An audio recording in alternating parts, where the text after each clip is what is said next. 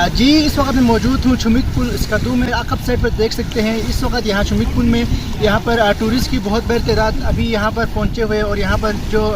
माहौल है उससे यहाँ पर लुत्फ़अंदोज़ हो रहे हैं। अगर हम लोग बताते चले तो यहाँ पर इस वक्त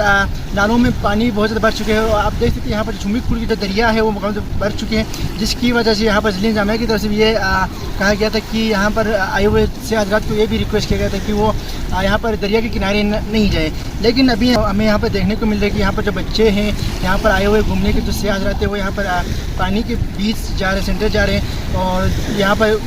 सेंटर में जाकर यहाँ पर तस्वीरें खींच रही हैं। तो इस तरह करने से खुदा ना खाते यहाँ पर आप देख सकते हैं यहाँ पर जो पानी की लहर भी यहाँ पर बहुत ज़्यादा है, जिसकी वजह से यहाँ पर नाखुशगवार वाक़या भी रूनमा हो सकते हैं। लेकिन यहाँ पर इन तमाम चीज़ों को देखने के लिए यहाँ पर ज़िला इंतज़ामिया की तरफ से यहाँ पर कोई ऐसा इंतजाम करते हुए हमें नज़र नहीं आ रहे हैं और न ही यहाँ पर कोई सिक्योरिटी के लिए यहाँ पर पुलिस वगैरह तैनात की गई है। अगर यहाँ पर कोई नाखुशगवार वाक़या रूनमा होते हैं तो फिर यहाँ पर